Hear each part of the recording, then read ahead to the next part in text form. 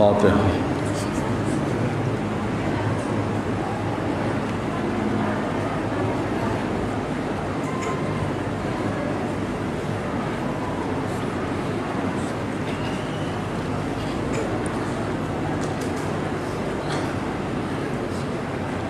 اعوذ باللہ من الشیطان الرجیم، بسم اللہ الرحمن الرحیم، حسبنا اللہ ونعم الوکیل، نعم المولا ونعم النصیر، فطر الخلائق بقدرته ونشر الرياح برحمته،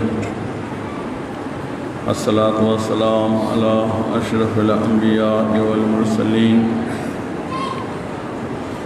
وخاتم النبیین سیدنا ونبینا وطبیب نفوسنا وحبیب قلوبنا وشفیع ذنوبنا علی عبد المؤید ورسول المسدد المصطفى الأحمد حبیب الإلہ العالمین جد الحسن والحسین مولانا مولا الثقلین ابی القاسم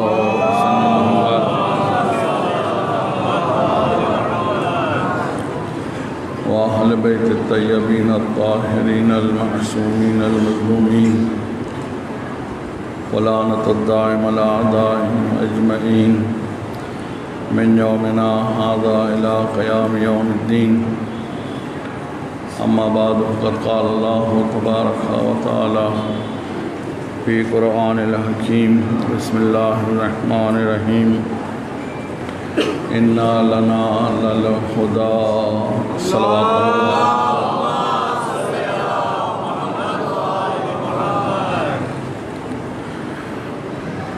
سورہ لیل کی 12واں نمبر آیت آپ کے سامنے تلاوت کرنے کا مسلسل اس عزا خانے میں سعادت حاصل کر رہا ہوں۔ ابتدائے محرم سے آج چوتھی محرم، اس آیہ کریمہ کے ذیل میں یہ بیان کیا جا رہا ہے کہ ہدایت کا ذمہ داری اللہ نے خود اپنے اوپر لیا ہے، چونکہ اللہ ہم سب کا خالق ہے، اللہ ہر چیز کا پیدا کرنے والا ہے، لہٰذا ہدایت کی ذمہ داری بھی اللہ فرماتا ہے کہ میری ہے۔ اِنَّا عَلَيْنَا لَلْهُدَىٰ، ہدایت میں خود کروں گا۔ جب ہدایت کی ذمہ داری اللہ کی ہے تو ہادی بنانا بھی اللہ ہی کی ذمہ داری ہے۔ یہ بات بالکل مسلم ہے، یہ ہو نہیں سکتا ہے کہ ہدایت کی ذمہ داری اللہ کی ہو اور ہادی اور کوئی بنائے۔ خاص طور سے کسی انسان کو بنانے کا تو یہ حق اللہ نے دیا ہی نہیں ہے، اس لیے کہ ہدایت کا جو سلسلہ شروع ہوا ہے وہ نبی سے، جناب آدم ابو البشر جو سب سے پہلے نبی اس کائنات میں ہے، تو اگر پوچھا جائے، سوال کیا جائے کہ جناب آدم کو کس نے بنایا ہے، جناب آدم کو کس نے نبی بنایا ہے، جناب آدم کو ہادی کس نے بنایا ہے، کیا اس دنیا میں آنے کے بعد لوگوں نے ان کو انتخاب کیا ہے، ان کو چنا ہے یا نہیں؟ وہ وہاں سے وہ ہادی بن کر آئے ہیں۔ جب وہاں سے جناب آدم نبی بن کر آئے ہیں اور اس کے بعد پھر یہ کی بات دیگرے 1,24,000 پیغمبر جو اس کائنات میں لوگوں کے ہدایت کے لیے آئے ہیں، یہ سب کے سب اللہ کی جانب سے آئے ہیں، اللہ نے ان کو بھیجا ہے۔ کوئی بتا سکتا ہے کہ کوئی نبی نے بھی دنیا میں آ کر علم حاصل کیا ہے؟ نہیں، سب کے سب معصوم ذات ہیں، سب کو اللہ نے علم دے کر کتاب دے کر، معجزہ دے کر اس کائنات میں ہم انسانوں کے ہدایت کے لیے بھیجا ہے۔ درود پڑھ دیں مولانا۔ اور اس کے ساتھ ساتھ یہ بھی بتا دیا ہے کہ اللہ کسی کافر کو ہدایت نہیں کرے گا۔ ان اللہ لا یہدی الکافرین، ان اللہ لا یہدی الظالمین، ان اللہ لا یہدی الفاسقین۔ اللہ نہ ظالم کو ہدایت کرے گا، اللہ نہ فاسق کو ہدایت کرے گا۔ کیوں نہیں کرے گا؟ اس لیے کہ یہ قابل ہدایت نہیں ہے۔ جو فاسق ہے، جو ظالم ہے، جو کافر ہے، یہ لائق ہدایت نہیں ہے۔ اور یہ تو اللہ بہتر جانتا ہے کہ کس کو نبی بنانا ہے، کس کو رسول بنانا ہے، اور کس کو امام بنانا ہے۔ درود پڑھ دیں مولانا۔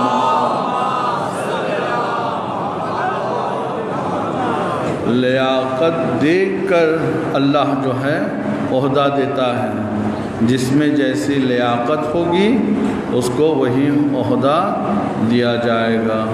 اسی لیے ارشاد ہوا تلک فضلنا رسول بعضهم علی بعض، کہ اللہ نے ایک رسول کو دوسرے رسول پر فضیلت قرار دیا ہے۔ سب ایک جیسے نہیں ہیں۔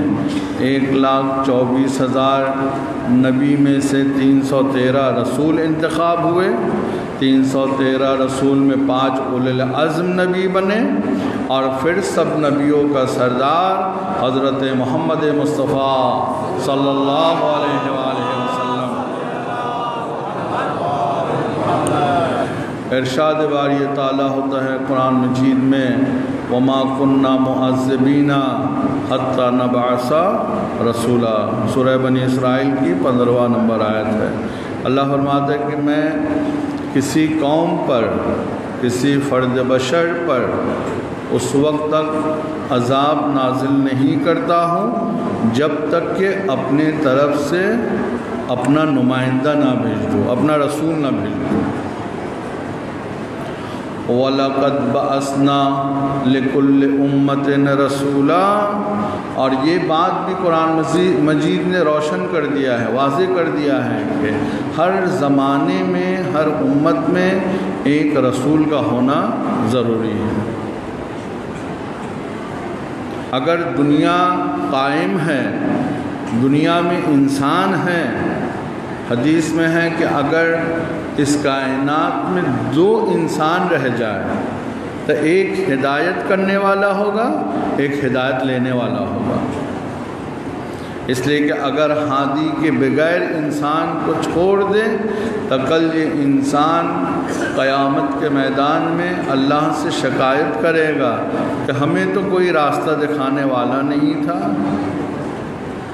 یہ اعتراض کوئی نہ کر سکے، لہٰذا اللہ نے ابتدا جو کائنات کا شروع کر رہا ہے وہ نبی سے شروع کیا ہے۔ انی جاعل فی الارض خلیفہ، سب سے پہلا خلیفہ اس روئے زمین میں جناب آدم، جو اللہ کے نبی بن کر آئے ہیں، لوگوں کو ہدایت کرنے کے لیے آئے ہیں۔ ابتدائے کائنات میں جناب آدم ابو البشر آئے ہیں، نبی، اور انتہائی کائنات جو ہوگا وہ امام سے ہوگا۔ یہ بھی قرآن مجید میں ہے، یوم ندعو کل اناس بامامہم، کل ہم قیامت کے میدان میں ہر انسان کو اس کے امام کے ساتھ بلائیں گے۔ درود پڑھ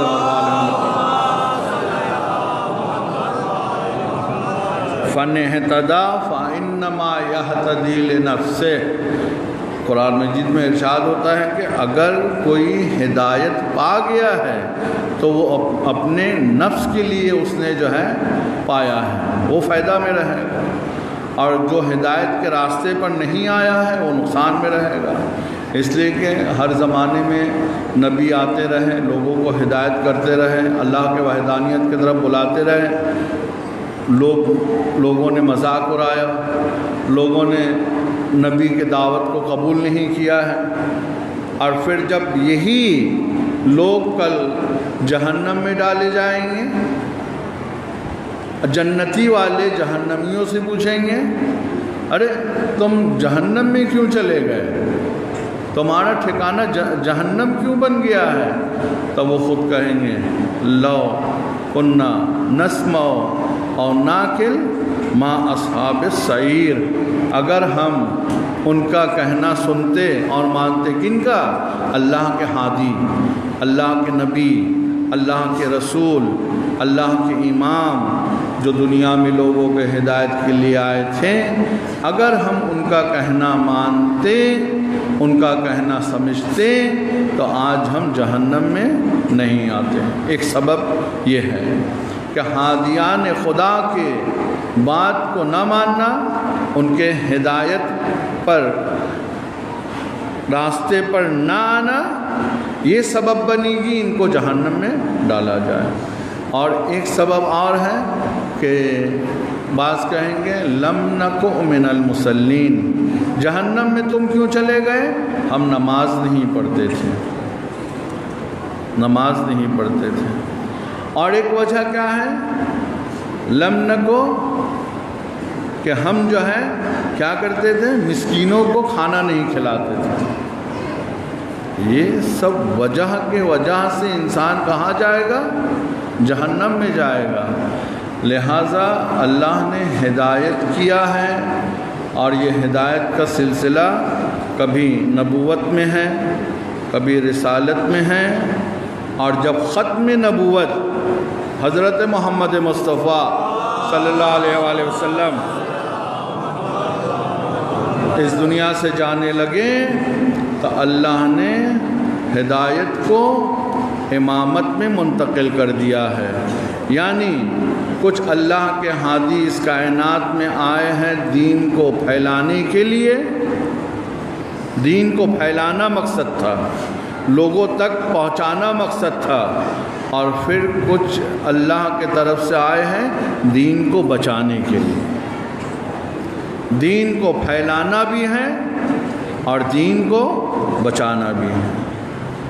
تو پیغمبر اسلام کا سلسلہ جب اس کائنات میں ختم ہو رہا ہے، اور اصل مقصد جو ہے کائنات میں، اصل مقصد کیا ہے؟ اللہ چاہتا ہے کہ لوگوں کو ظلمت سے نکالے، اندھیرے سے نکالے، گمراہی سے نکالے۔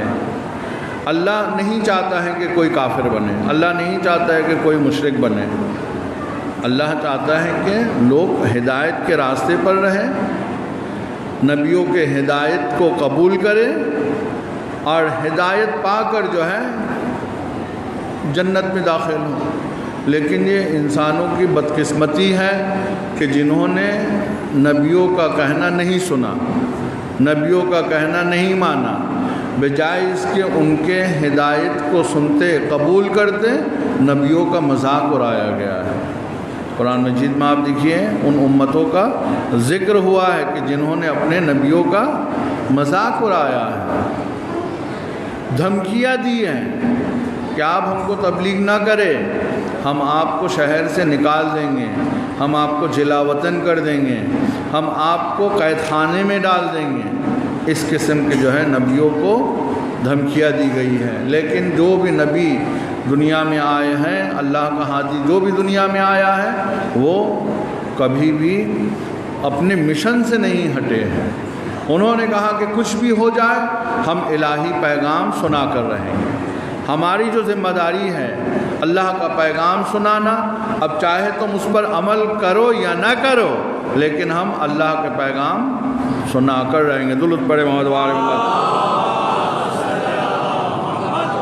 وَلَقَدْ أَرْسَلْنَا مُوسَىٰ بِآيَاتِنَا أَنْ أَخْرَجْ قَوْمَكَ مِنَ الظُّلُمَاتِ إِلَى النُّورِ۔ اللہ نے جناب موسیٰ کو اپنی آیت دے کر بھیجا ہے، اپنے نشانی دے کر بھیجا ہے، اور جناب موسیٰ سے کہا ہے کہ اپنے قوم کو نکالیے۔ کس سے نکالیے؟ ظلمت سے نکال کر نور کے طرف لے کر آئیے، ظلمت سے نکال کر نور کے طرف۔ یہ کام تو اللہ خود بھی کرتا ہے، ظلمت سے نکال کر نور کی طرف لانا، یہ عمل خود اللہ بھی کرتا ہے۔ آپ سورہ آیت الکرسی میں دیکھیں، اللہ ولی الذین آمنوا یخرجوہم من الظلمات الی النور، جنہوں نے اللہ کو اپنا سرپرست بنایا ہے، جنہوں نے ایمان لایا ہے اور اللہ کو اپنا ولی یعنی اللہ کو سرپرست بنانا۔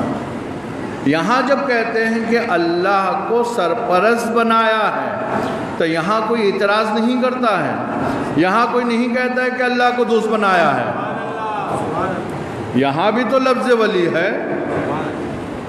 اللہ ولی الذین آمنوا، جن لوگوں نے آہستہ آہستہ پڑھو تاکہ آپ کے بات سمجھ میں آ جائے، اللہ ولی الذین آمنوا، وہ صاحبان ایمان جنہوں نے اللہ کو اپنا کیا بنایا ہے؟ ولی بنایا ہے۔ ولی یعنی گارجین، سرپرست، حاکم۔ یہاں کوئی بھی نہیں کہہ رہا ہے کہ ارے یہاں تو ولی کا معنی دوست ہے۔ اور غدیر میں جب مولا علی کا ولایت کا اعلان ہوا ہے تو اہمیت کو کم کرنے کے لیے کہتے کہ ہاں غدیر واقعہ ہے، علی کو رسول اللہ نے ولی کہہ کر اعلان کیا ہے، لیکن ولی کا مطلب دوست ہے، دوست ہے۔ ارے کم از کم علی کو تو دوست بتایا ہے نا، تو پھر علی سے اتنا دشمنی کیوں ہے؟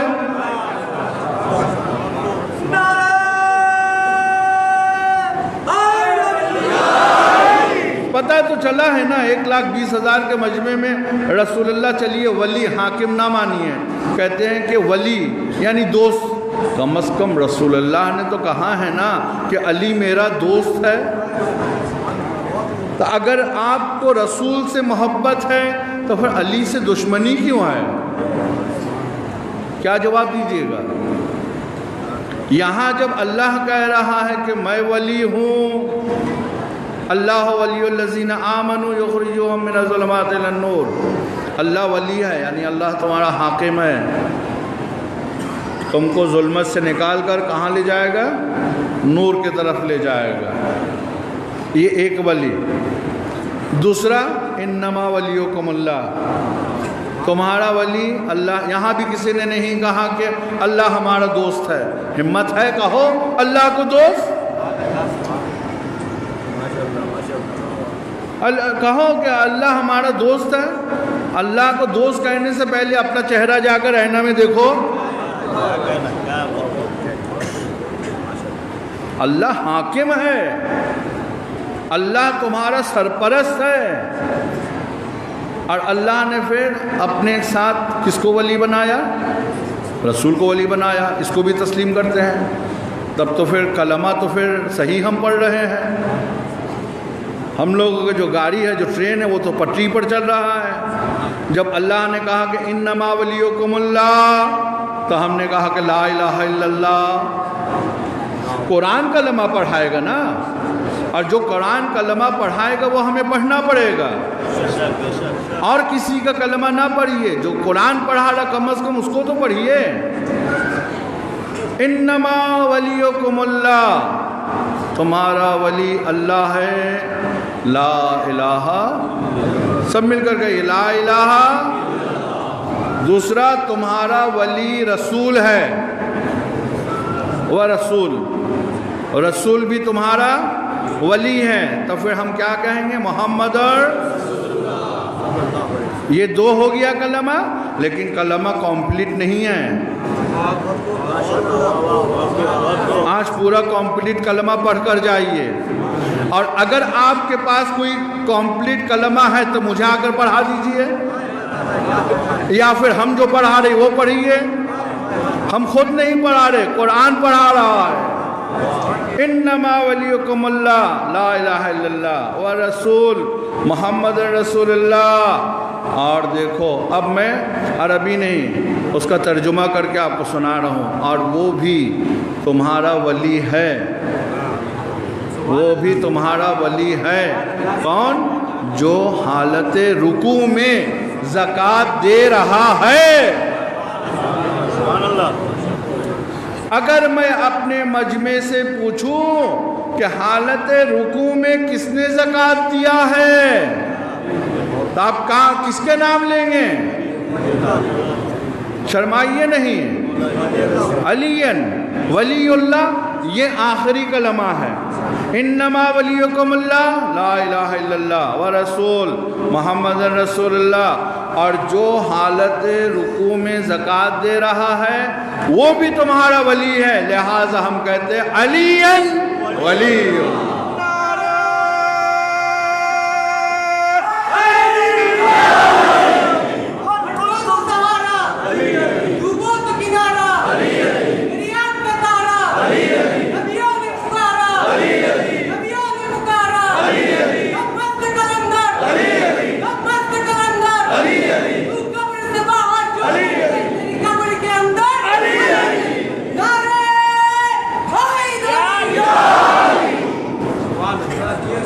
کوئی حدیث نہیں پڑھا ہم نے، یہاں کوئی بہار العنوان نہیں ہے، اصول کافی نہیں ہے، صحیح بخاری نہیں ہے، مسلم نہیں ہے، ام داؤد نہیں ہے، قرآن مجید ہے۔ قرآن جو کہے گا اس پر تو کم از کم عمل تو کیجئے گا نا، یا کہیے گا کہ نہیں 50-50 سینڈوچ بکری ہو رہا ہے تو اس میں گوشت کتنا ہے؟ بولے 50-50، آدھا گھوڑا کا گوشت ہے اور آدھا گدھا کا گوشت ہے۔ تو دین اسلام 50-50 کا نہیں ہے۔ یا ایھا الذین آمنوا ادخلوا فی السلم کافہ، اے صاحبان ایمان مکمل طریقے سے دین میں داخل ہو جاؤ۔ تو مکمل کلمہ جب قرآن پڑھا رہا ہے تو آپ کو تو پڑھنا پڑے گا۔ آپ تو یہ نہیں کہہ سکتے کہ نہیں ہمارا صرف ولی اللہ ہے، ہمارا صرف ولی رسول ہے۔ تب پھر وہ جو آخری ولی کا جو ذکر قرآن میں مجید میں آیا ہے اس کو کیا کیجیے گا؟ نکال دیجیے گا۔ وہ بھی تو ولی ہے جس نے حالت رکوع میں زکوٰۃ دیا ہے۔ ابھی ایک تصویر بہت وائرل ہوا ہے، آپ لوگوں نے بھی دیکھا ہے کہ ایک امام صاحب وہ نماز پڑھ رہے تھے اور نماز پڑھتے پڑھتے ایک بلی ان کے کاندھا میں آ گئی۔ دیکھا تھا یا نہیں؟ دیکھا تھا یا نہیں؟ بولیے دیکھا تھا یا نہیں؟ ہاں دیکھا تھا؟ جو بلی کاندھے میں آ گئی۔ مسلمانوں کو ایک امام کے کاندھے میں بلی نظر آ گیا اور رسول کے ہاتھ میں علی نظر نہیں آتا۔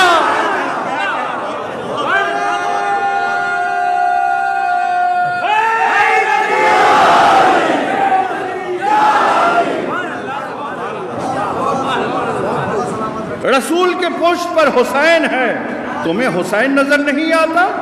غدیر کے میدان میں رسول کے ہاتھ میں علی بلند ہے۔ من کنت مولا کی صدا بلند کر رہے ہیں رسول خدا۔ نہ قرآن کے مانیں گے نہ رسول کے مانیں گے، پھر کس کا مانو گے؟ اگر مسلمان ہے تو قرآن کا بھی ماننا پڑے گا، اللہ کے بھی ماننا پڑے گا، رسول کے بھی ماننا پڑے گا۔ کم از کم قرآن پر تو عمل کرنا ہی پڑے گا۔ آپ کہتے ہیں کہ آپ لوگ صرف اہل بیت کا ذکر کرتے ہیں اور پنجتن کا ذکر کرتے ہیں۔ ارے اہل بیت کا پنجتن کا ذکر تو ہم نہیں کر رہے، قرآن کر رہا ہے۔ ابن عباس سے بھی تو معاویہ نے یہی کہا تھا کہ اے ابن عباس تم علی کا اتنا فضائل کیوں بیان کرتے ہو؟ تو ابن عباس نے کہا تھا کہ معاویہ تو مجھے قرآن پڑھنے سے منع کرتا ہے۔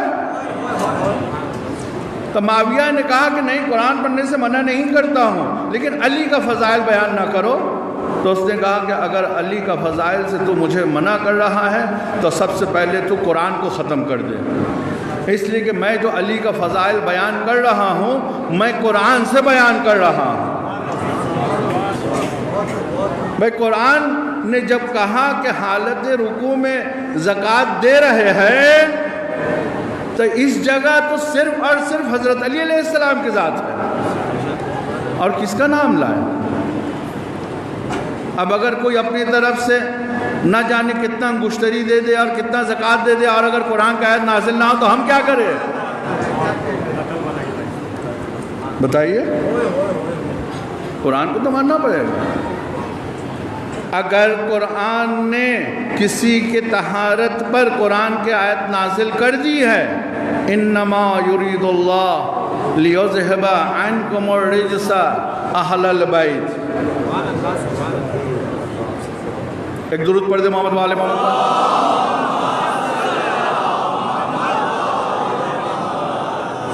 یہ سب کیا قرآن کی آیت نہیں ہے؟ فمن حاجک من بعد ما جاءک علم فقل تعالوا ندعو ابناءنا ابناءکم ونساءنا ونساءکم وانفسنا وانفسکم۔ قرآن پڑھ رہا ہوں، قرآن عزیزوں میرے قرآن پڑھ رہا ہوں۔ عیسائی لوگوں سے قرآن کہہ رہا ہے کہ رسول اللہ نے کہا ہے تم اپنے بیٹوں کو لے کر آؤ، ہم اپنے بیٹوں کو لے کر آتے ہیں۔ تم اپنے عورتوں کو لے کر آؤ، ہم اپنے عورتوں کو لے کر آتے ہیں۔ تم اپنے نفسوں کو لے کر آؤ، ہم اپنے نفسوں کو لے کر آتے ہیں۔ نفسوں کو ایک بوچن نہیں ہے، بہو بوچن ہے۔ کم از کم بنگلہ تو سمجھیے گا نا، ایک بوچن اور بہو بوچن، سنگلر پولر۔ ہاں، بیٹوں کو لے کر آؤ۔ اچھا، رسول اللہ اپنے بیٹوں کو جگہ میں کس کو لے کر گئے ہیں؟ آپ جائیے، باخدا مفسرین حضرات نے دیکھیے کہ اس جگہ قرآن مجید میں رسول اللہ کے بیٹوں کو جگہ میں رسول اللہ کس کو لے کر گئے ہیں؟ بہت سارے جگہ میں قرآن مجید میں تفسیر میں بھی انہوں نے جو ہے اپنا کرامتی دکھایا ہے، لیکن اس آیت میں کیا کیجئے گا؟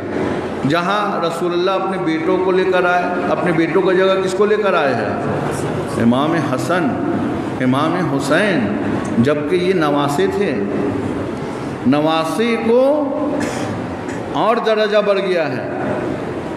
جنگ کے میدان میں حضرت علی علیہ السلام محمد حنفیہ کو بھیج رہے ہیں اور امام حسن و حسین کی حفاظت کر رہے ہیں۔ جب پوچھا کہ علی آپ ان کی حفاظت کر رہے ہیں اور محمد حنفیہ کو بھیج رہے ہیں، تو علی نے کہا کہ محمد حنفیہ علی کا بیٹا ہے اور حسن و حسین رسول اللہ کا بیٹا ہے۔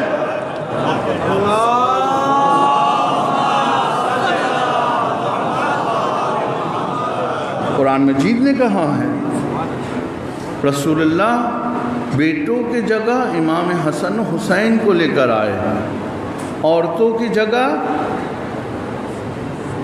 اچھا، اختلاف ہے، رسول اللہ کے 4 بیٹی تھی یا 1 بیٹی تھی، لیکن ایک ہی بیٹی کو لے کر آئے ہیں، صرف جناب فاطمہ زہرا۔ جب ہم اہل بیت کے سلسلے میں کہتے ہیں کہ رسول اللہ جب چادر کے نیچے آ گئے اور چادر کے نیچے بتا دیا کہ اہل بیت کون ہے، در بہت سارے لوگ کہتے ہیں کہ نہیں، اہل بیت سے مراد گھر میں جتنے ہیں سبھی اہل بیت ہیں، سب اہل بیت ہیں گھر کے اندر۔ تو رسول اللہ نے کہا کہ اس کو بھی، اس شبہ کو بھی ہم دور کیے دیتے ہیں۔ گھر کے اندر آ کر چادر منگوا کر چادر کے اندر لے کر بتا دیا ہے کہ دیکھو اہل بیت جو سب گھر کے اندر ہے وہ نہیں ہے، اہل بیت جو چادر کے اندر ہے۔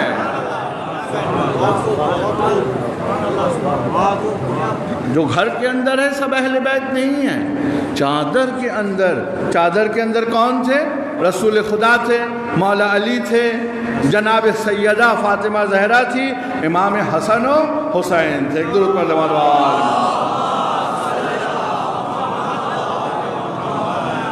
یہ بھی قرآن کا پورا واقعہ ہے، یہ بھی پورا قرآن کا واقعہ ہے، مباہلہ پورا قرآن کا واقعہ ہے۔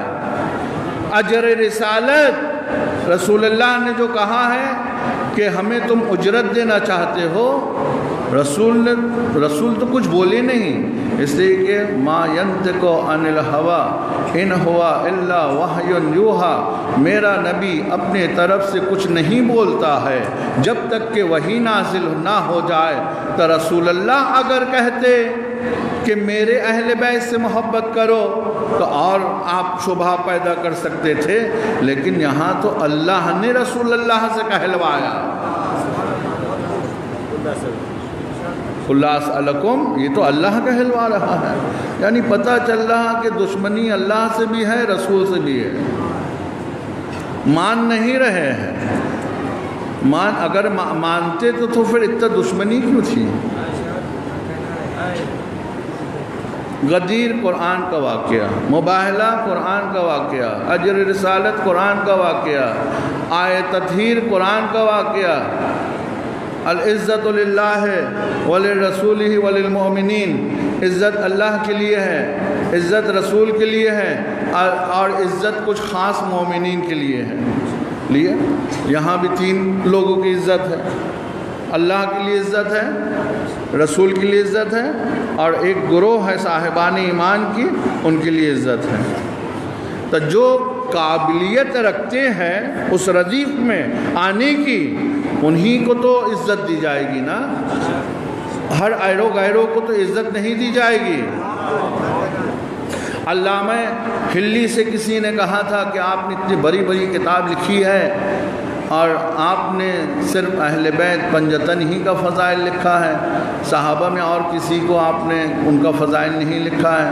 علامہ ہلی جیسا جید بڑے عالم دین، انہوں نے کہا تھا کہ نہیں ایسی کوئی بات نہیں ہے، میں تو ہر کے دروازے پر گیا ہے، میں تو ہر کے دروازے پر دیکھنے گیا ہے کہ اس کی فضیلت کیا ہے، لیکن جس کے دروازے پر بھی گیا ہے تو میں نے دیکھا ہے کہ اسلام لانے سے پہلے سر جھکا ہوا ہے بتوں کے سامنے۔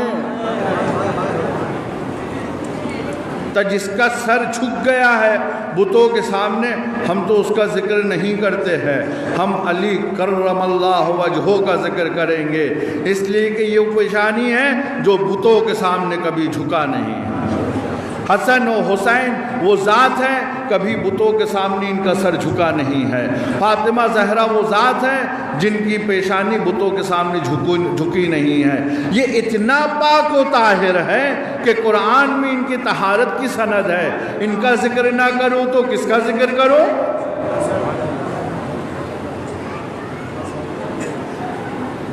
یہ سلسلہ ہدایت کے کڑی سے جڑے ہوئے ہیں۔ جب پیغمبر اسلام کا سلسلہ نبوت ختم ہو رہا ہے، دنیا سے جا رہے ہیں، تو اگر آپ کو غدیر سمجھ میں آ جائے تو ہر مسئلہ حل ہے، اور اگر غدیر نہیں سمجھے، کچھ ایک پڑھے لکھے شخص نے کہا تھا کہ 3 واقعہ اسلام میں ایسا ہے کہ جس نے مجھے مجبور کر دیا ہے دین اسلام میں داخل ہونے کے لیے۔ اس سے پہلے ایک واقعہ اور سن لیجئے، علامہ اقبال کے نواسے سمجھتے ہیں؟ نواسے کس کو کہتے ہیں؟ ناتی۔ علامہ اقبال کے جو نواسے ناتی ہیں وہ شیعہ ہو گئے تھے، اور ایک بہت بڑے عالم دین کے پاس جب وہ آئے تو انہوں نے پوچھا کہ آپ شیعہ کیوں ہوئے؟ شیعہ ہونے کا آپ کے پاس وجہ کیا ہے، کیا دلیل ہے، کون سا چیز نے آپ کو مجبور کیا ہے؟ دیکھیے میں نہیں کہتا ہوں کہ آپ سب شیعہ ہو جائیں، نہیں، جو سنی ہے سنی رہے، جو شیعہ ہے وہ شیعہ رہے، لیکن کم از کم حقیقت کو تو تلاش کیجئے، جستجو حقیقت میں تو نکلیے، کم از کم وہ امام کو تو تلاش کر لیجئے جو کل قیامت کا میدان میں جس کے ساتھ جانا ہے۔ تو کہا انہوں نے کہ میرے جو فادر تھے، میرے جو والد تھے، وہ چاہتے تھے کہ میں مولانا بنوں، یعنی علامہ اقبال کے جو نواسہ ہے وہ کہہ رہے ہیں۔ اس واقعے کو میں نے مرحوم ڈاکٹر قلب صادق صاحب سے سنا ہے، جو مر گئے، یہاں آئے تھے اس سے پہلے 2 مرتبہ، مرحوم ڈاکٹر قلب صادق صاحب۔ تو انہوں نے کہا کہ جب میرے والد صاحب نے چاہا کہ میں مولانا بنوں تو انہوں نے گھر میں ایک ٹیچر رکھا ہے، ایک مولانا رکھا ہے مجھے تاریخ اسلام پڑھانے کے لیے، اس کے ساتھ ساتھ فلسفہ ہے، اصول ہے، اور بھی جو دینی تعلیم ہے، وہ ٹیچر ہمیں پڑھانے کے لیے آتے تھے۔ تو ایک مرتبہ مجھے حدیث پڑھا رہے تھے، حدیث کے کتاب پڑھا رہے تھے اور یہ حدیث سامنے آ گئی، من ماتا ولم یعرف امام زمانہ مات میتتاً جاہلیہ۔ رسول اللہ کے حدیث ہے کہ جو اپنے زمانے کے امام کو نہیں پہچان کر مر گیا اس کی موت جو ہے کفر کی موت ہے۔ جاہلیت کی موت یعنی کفر کی موت ہے، کفر کی موت ہے، جاہلیت کی موت ہے۔ تو جب ٹیچر نے یہ حدیث پڑھایا تو کہتے ہیں کہ میں نے ان سے پوچھا کہ یہ حدیث صحیح ہے یا غلط ہے؟ انہوں نے کہا کہ حدیث کے صحیح ہونے میں کوئی شک نہیں ہے، حدیث تو صحیح ہے۔ شیعہ حضرات نے بھی اس کو کوٹ کیا ہے محدثین نے، اور سنی حضرات کے بھی بڑے بڑے محدثین نے اس حدیث کو تسلیم کیا ہے کہ جو رسول اللہ جو ہے یہ ان کی یہ حدیث ہے کہ اپنے زمانے کے امام کو جو پہچان کر نہ مر جائے اس کی موت جو ہے جاہلیت کی موت ہے۔ تو انہوں نے کہا کہ جب میں نے اپنی ٹیچر سے پوچھا کہ یہ حدیث آپ کے نگاہ میں صحیح ہے، انہوں نے کہا کہ ہاں صحیح ہے۔ تو میں نے ان سے پوچھا کہ آپ کا امام کون ہے؟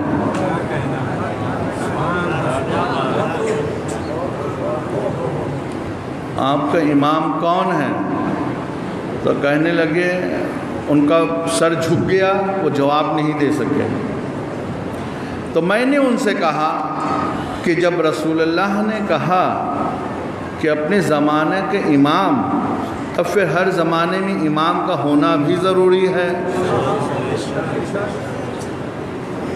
اپنے زمانے کے امام کو جب قید کر دیا ہے تب تو پھر امام کا بھی ہونا ضروری ہے۔ تو جو شیعہ جو لوگ کہتے ہیں تب تو وہ پھر صحیح کہتے ہیں، صحیح کہتے بھی ہیں، صحیح عمل بھی کرتے ہیں، اس لیے کہ ان کے پاس تو امام ہے۔ دنیا میں بہت سارے امام آئے ہیں، بہت بڑے بڑے مکتب کے امام آئے ہیں، لیکن جتنے بھی امام آئے سب مر گئے۔ ایک امام شیعوں کا زندہ ہے اور وہ کہتے ہیں کہ یہ قیامت تک جو ہے یہ امام کا جو ہے سلسلہ جاری رہے گا۔ کہا کہ اس حدیث نے مجھے مجبور کیا ہے کہ میں اپنے مذہب کو چینج کر دوں، کہ جب ہم کل قیامت کے میدان میں جائیں گے، اللہ نے جب کہا کہ یوم ندعو کل اناس بامامہم، کل قیامت کے میدان میں ہم تم کو امام کے ساتھ بلائیں گے، تو ہم کون سی امام کے ساتھ جائیں گے؟ ہمارا تو آخر کوئی امام تو ہونا پڑے گا نا کہ جس کے ساتھ ہم جائیں گے۔ ایک درود پڑھ دے محمد و آل محمد۔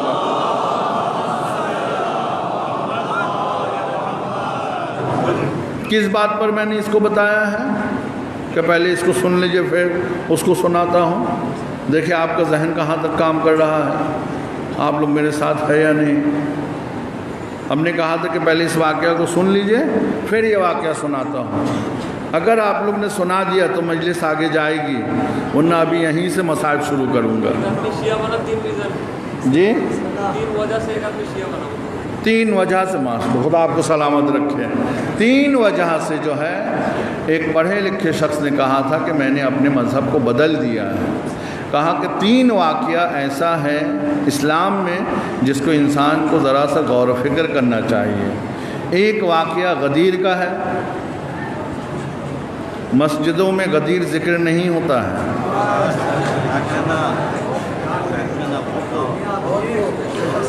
دوسرا ذکر فدق کا ہے، یہ بھی ذکر نہیں ہوتا ہے۔ اور تیسرا ذکر کربلا کا ہے، یہ بھی نہیں ہوتا ہے۔ نہیں لعنت نہیں لگائی، سنیے ہم جو کہہ رہے ہیں سنیے، اتنا جوش میں نہیں آئیے، تپش میں اتنا جوش میں آنے کی ضرورت نہیں ہے۔ درود پڑھے محمد و آل محمد۔ ہم کوئی اختلافی موضوع میں ہم بحث کرنے کا عادی نہیں ہے، لیکن ہاں تاریخ تو بتانا پڑے گا۔ آپ تاریخ بیان کر دیجئے، مد مقابل جب خود پڑھ لے گا خود لعنت بھیجے گا کہ ہم اب تک کہاں تھے، اب تک ہم کہاں تھے۔ ہدایت کا مطلب ہی تو یہ ہے کہ حقیقت تک جو ہے انہیں پہنچاؤ۔ کیا حقیقت ہے؟ اس لیے کہ مسلمانوں کو بہت سارے حقیقت پتہ نہیں ہے۔ کیا افسوس کی بات نہیں ہے کہ بہت سارے مسلمانوں کو پنجتن پتہ نہیں ہے؟ کیا افسوس کی بات نہیں ہے کہ بہت سارے مسلمانوں کو اہل بیت پتہ نہیں ہے؟ اچھا، خانقاہوں میں اہل بیت کا ذکر ہوتا ہے، خانقاہ جو ہے، لیکن وہ بھی پھر ان کا اپنا اسٹائل ہے، ان کا پھر اپنا الگ طریقہ ہے، اس سے ہم کو کوئی بحث نہیں ہے۔ لیکن اصل اہل بیت کا ذکر جو ہے، یہاں صرف اہل بیت کا ذکر نہیں ہوتا ہے، ہمارا ذکر اللہ سے شروع ہوتا ہے۔ دیکھیے، ایک چیز کو یاد رکھیے، جو علی کو مانتا ہے، جو علی کا ذکر کرتا ہے، آپ سمجھ لیجئے گا کہ یہ رسول کو بھی مانتا ہے، یہ اللہ کو بھی مانتا ہے۔ جو اللہ کو مانتا ہے، اللہ کا ذکر کرتا ہے، کوئی ضروری نہیں ہے کہ وہ رسول کو بھی مانتا ہو۔ اگر رسول کو مانتا تو یہ نہ کہتا کہ مر گئے کچھ نہ مانگو، ہے نا مسلمانوں میں؟ ہے تو مسلمانوں میں یہ فرقہ موجود، مسلمانوں ہی میں تو یہ ہے نا کہ رسول اللہ مر گئے، ان سے کچھ نہ مانگو۔ اب وہ کیا دے سکتے ہیں؟ کچھ نہیں دے سکتے ہیں۔ جب دے نہیں سکتے ہیں تو پھر اذان میں اشہد ان محمد رسول اللہ کو کہتے ہو؟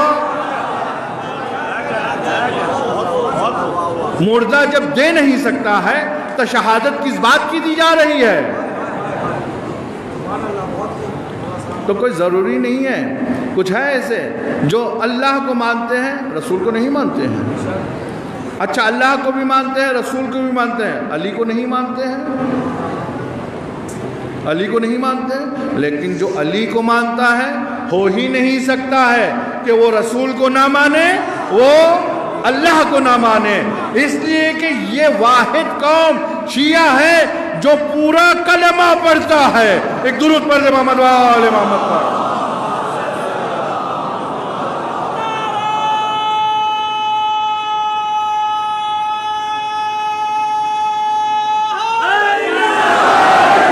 ہمارے پاس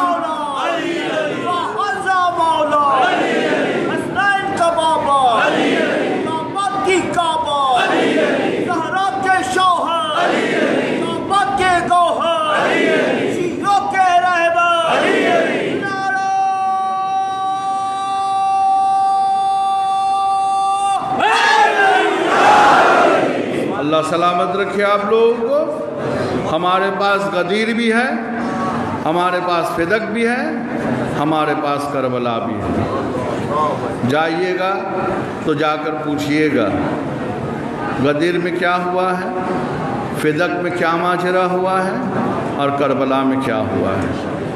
فدق میں جناب زہرا، مختصر بس سن لیجئے، گھنٹوں کھڑی رہی، رسول کی بیٹی خطبہ دیتے رہی۔ کسی نے یہ نہیں کہا دربار خلافت میں کہ اے رسول کے بیٹی بیٹھ جاؤ۔ خود جناب زہرا کہتی ہے کہ میں گھنٹوں کھڑی رہی اور میں ان سے کہہ رہی تھی، میرے بابا نے تم کو انسان بنایا ہے، تمہیں کھانے کی تمیز نہیں تھی، تمہیں لباس پہننے کی تمیز نہیں تھی، تم تو اپنے لڑکیوں کو زندہ در گور کر دیا کرتے تھے، یہ میرے بابا رسول نے تمہیں انسان بنایا ہے۔ گھنٹوں میں کھڑی رہی، کسی نے نہیں کہا رسول کے بیٹی بیٹھ جاؤ، نہیں۔ دربار سے جب رسول کے بیٹی اپنے گھر واپس آئی، سنیں گے عزادارو کیا مصیبت رسول کے بیٹی کے اوپر گزر گئی۔ جس جانماز میں آ کر سر جھکا کر بیٹھی تھی، ان کی بیٹی زینب قریب آئی اور آ کر کہتی کہ یا ایتھا الضعیفہ، اللہ اکبر۔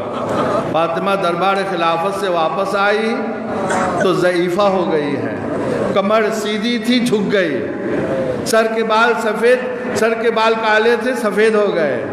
یا ایتھا الضعیفہ، اے ضعیفہ تو کہاں میری ماں کے جانماز میں آ کر بیٹھ گئی، یہ تو میری ماں فاطمہ زہرا کی جانماز ہے۔ سر اٹھا کر کہا کہ بیٹی زینب، میں ہی تو تیری ماں فاطمہ ہے۔ تو ایک سوال کیا بیٹی نے، ماں گئی تھی دربار میں، حق مل گیا؟ ماں حق مل گیا؟ تو جناب زہرا فرماتی ہے کہ بیٹی اب مجھے یقین ہو گیا، میں بھی دربار خلافت میں گئی تھی، اب زینب تو بھی شرابیوں کے دربار میں جائے گی۔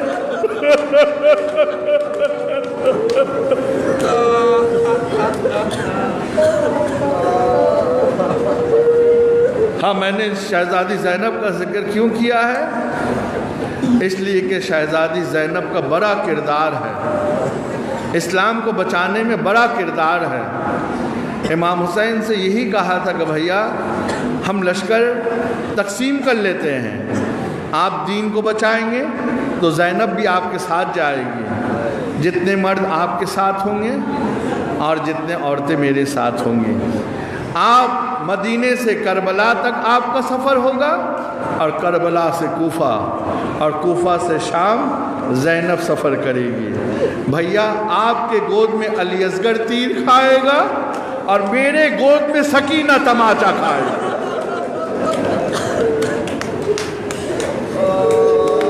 یہ وہ بی ہے۔ عزاداروں، آج تمہیں ان دو بچوں پر رونا ہے کہ جس کی ماں نے گریہ نہیں کیا ہے۔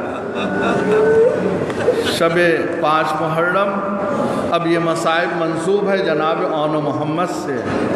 شب عاشور، یہ ماں جناب زینب خیمے میں بیٹھ کر اپنے بچوں کو سمجھا رہی ہے کہ میرے بیٹو، جب میدان میں جانا، اور ملک عرب کا ایک طریقہ ہے کہ جنگ کے میدان میں جب سپاہی آتے ہیں تب ان کا نام پوچھا جاتا ہے، رجس پڑھا جاتا ہے، تم کس قبیلے سے ہو؟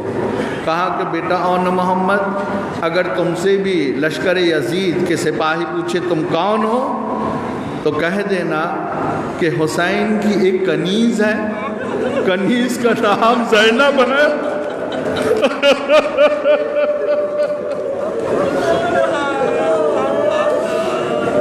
نہیں کہہ دینا کہ میرے نانا علی مرتضیٰ ہے، ہم خاندان بنی ہاشم سے ہے، نہیں بیٹا، بلکہ کہنا کہ ہم کنیز کے، زینب کنیز ہے حسین کی، اس کنیز کے ہم 2 بیٹے ہیں۔ اور بیٹا اتنا خیال رکھنا، جنگ کرتے کرتے میں آہستہ آہستہ پڑھوں گا، آپ سنیں گے، اور مجھے پتا ہے آپ پرسہ دیں گے، بی بی کو پرسہ دیں گے، خاص طور سے اس بی بی کو پرسہ دیں گے جو جنت البقیع سے آتی ہے اپنے لال پر رونے کے لیے۔ جناب زہرا کا پسلی ٹوٹا ہوا ہے، ٹوٹے ہوئے پسلی لے کر آتی ہے پرسہ لینے کے لیے۔ اے بیٹا اون محمد، جنگ کرتے کرتے اگر فرات کے کنارے چلے جانا اور پانی مل جائے، پانی نہ پینا بیٹو، اس لیے کہ خیمے میں علی اصغر پیاسا ہے، خیمے میں سکینہ پیاسی ہے۔ وصیت کر رہی ہے، نصیحت کر رہی ہے اپنے بیٹوں سے۔ جب بھی کسی شہداء کے لاشے کو اٹھا کر امام حسین در خیمے پر آئے ہیں، تاریخ بتاتی ہے کہ سب سے پہلے جناب زینب آ جاتی ہے، لیکن اون محمد کو ایک کو امام حسین نے اٹھایا، دونوں کمسن بچے تھے، اور ایک کو حضرت عباس نے اٹھایا۔ اون اور محمد کے دونوں کے جنازے کو لا کر در خیمے پر رکھ دیا۔ سب بھی آ گئی لیکن زینب نظر نہیں آتی۔ امام نے کہا کہ میری بہن زینب کہاں ہے؟ اب جو تلاش کرتے ہوئے خیمے کے اندر گئے تو کیا دیکھا کہ جناب زینب پیشانی سجدے میں ہے۔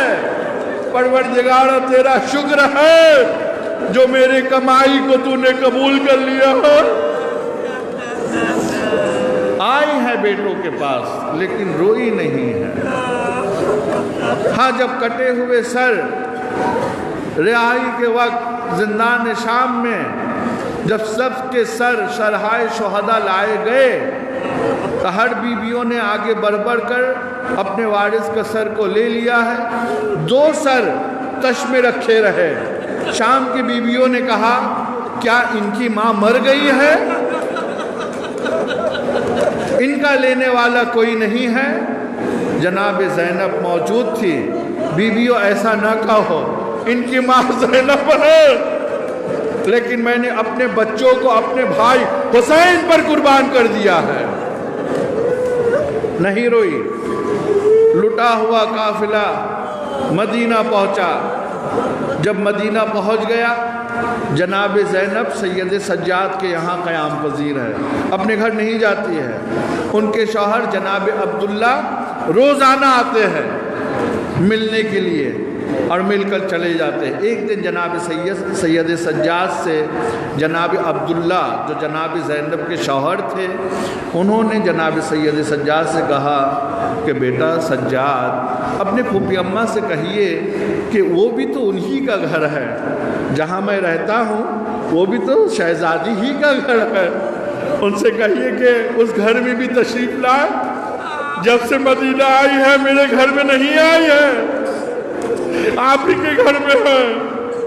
ایک دن جناب سید سجاد نے اپنے پھوپھی اماں سے کہا کہ پھوپھی اماں، عبداللہ آئے تھے اس طریقے سے کہہ رہے تھے، آپ اس گھر میں بھی تو جائیے۔ ایک دن جناب عبداللہ کو بتایا سید سجاد نے، ہاں پھوپھی اماں آئیں گی، آپ کے گھر میں آئیں گی۔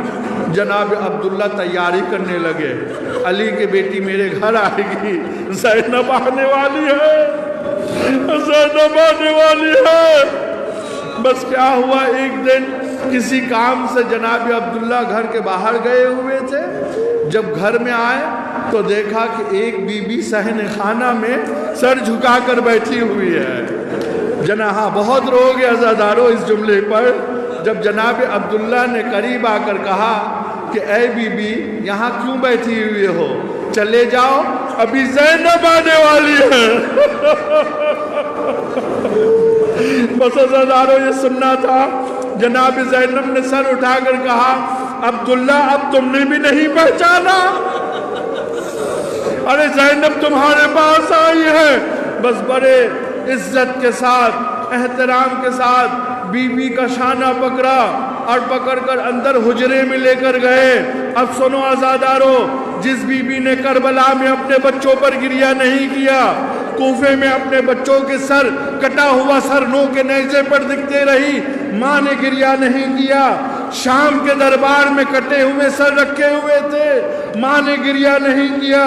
لیکن اب جو عبداللہ نے شانہ پکڑ کر اس حجرے میں لے کر گئے جہاں آل محمد رہتے تھے، دو مصلی بچے ہوئے تھے، ایک آل کا ایک محمد کا، جناب زینب جا کر مصلی میں بیٹھ گئی۔ بیٹھنے کے بعد کربلا کا رخ کیا، رونا شروع کیا، اے بیٹا آل محمد، بیٹا زینب تجھ پر نہیں روئی۔ ارے میں کس طریقے سے آل محمد تم پر روتے؟ اگر تم پر روتے تو سکینہ کو دلاسا کون دیتا؟ اے بیٹا میں سارے سفر میں سکینہ کو دیکھتی رہی۔ اے بیٹا آل محمد، اب زینب تمہارے اوپر رو رہی ہے۔ کربلا کا رخ کیا، بھیا حسین آپ کی نسل قیامت تک جائے گی، لیکن زینب کی نسل ختم ہو گئی، زینب کا اب کوئی نہیں بچا۔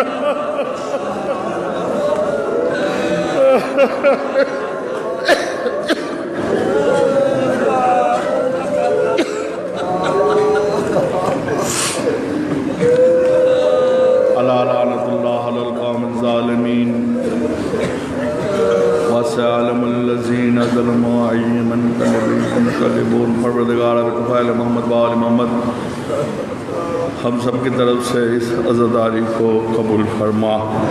یا اللہ جو مومنین ذکر سید الشہداء سننے کے لیے آئے ہوئے ہیں ان کی توفیقات میں اضافہ فرما۔